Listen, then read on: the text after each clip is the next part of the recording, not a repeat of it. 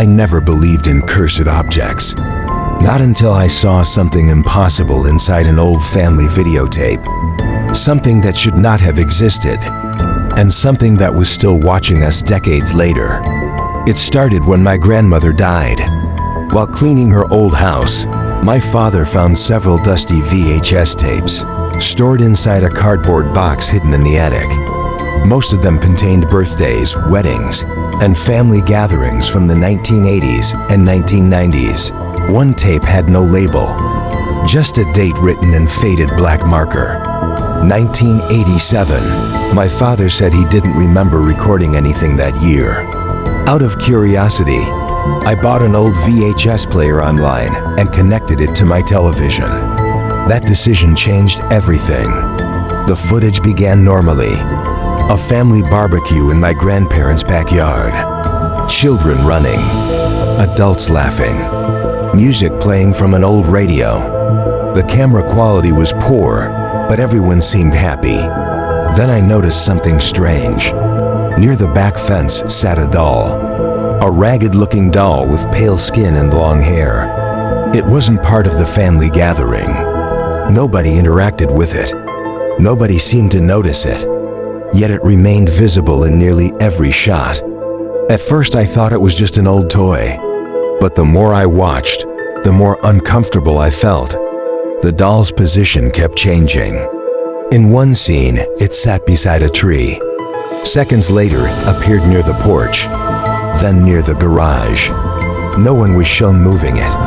I paused the video, rewound, watched again. The movements were real. A cold feeling spread through my chest. The doll looked familiar, too familiar. I opened my laptop and searched for old haunted dolls. The moment I saw the image, my stomach dropped. Annabelle. The face was different because of the poor video quality, but the dress, hair, and shape were unmistakable. My family had somehow recorded something that looked exactly like Annabelle decades ago. I told myself it was a coincidence. Just another doll. Nothing more. Then I continued watching, and things became much worse. Toward the end of the tape, the camera entered my grandparents' house. Family members walked through the living room. Children played on the floor. Everything seemed normal, until the camera accidentally pointed toward a hallway mirror. For less than 1 second, something appeared in the reflection. The doll, standing upright, watching the camera, not sitting, standing. My grandfather immediately moved the camera away. The footage continued as if nothing happened. I froze. I replayed the scene repeatedly. Every time, the doll remained there, perfectly still, looking directly toward the lens. That night I couldn't sleep. I kept thinking about the tape. Around 3:12 a.m., I heard a notification from my phone. Motion detected. My security camera had triggered in the storage room, the room where I kept the VHS tapes. I opened the camera feed. The room was empty, at least at first. Then I noticed something near the shelves. A shape, small, human-sized. The image quality was poor, but it looked disturbingly similar to the doll from the tape. I rushed downstairs. The storage room was empty. Nothing unusual. No signs of entry. I convinced myself the camera had glitched. The next morning I checked the recorded footage. My hands started shaking. The camera feed showed the storage room for several minutes. Then, without warning, static covered the screen. When the image returned, a doll was sitting directly beneath the camera, looking upward. The footage ended seconds later. I searched the entire house. Nothing. No doll. No explanation.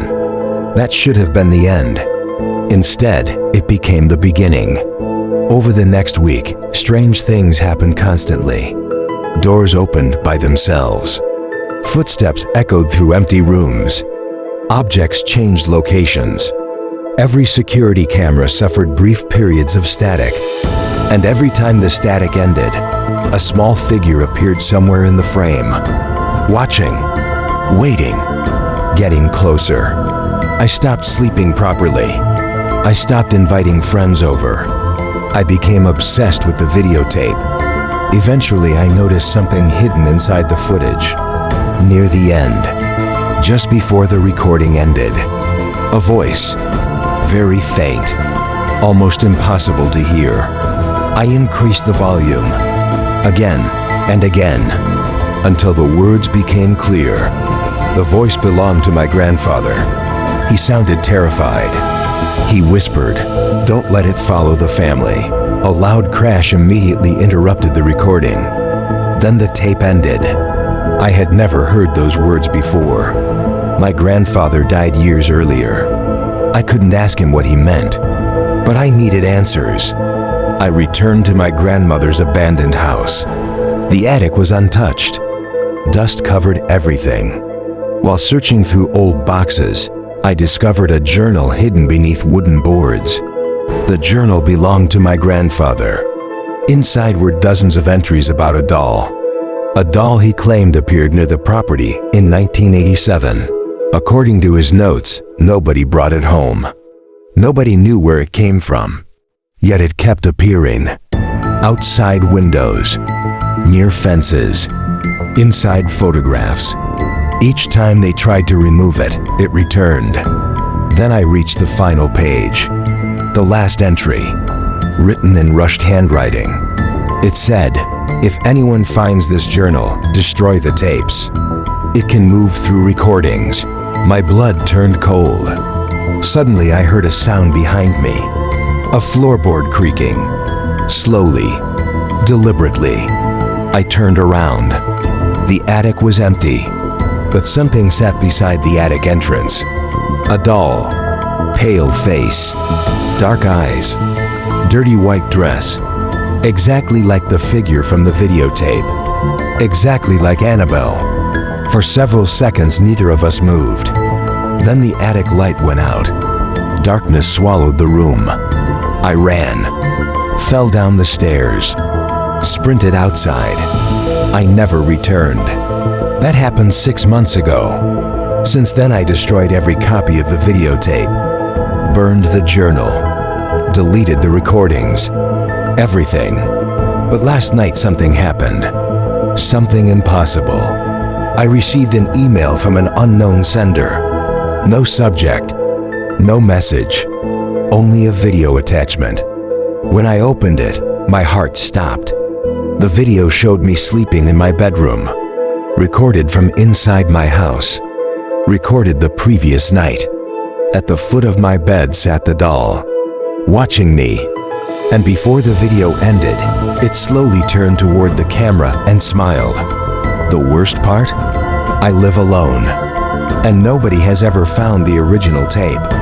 Because according to the file details, the recording was created in 1987.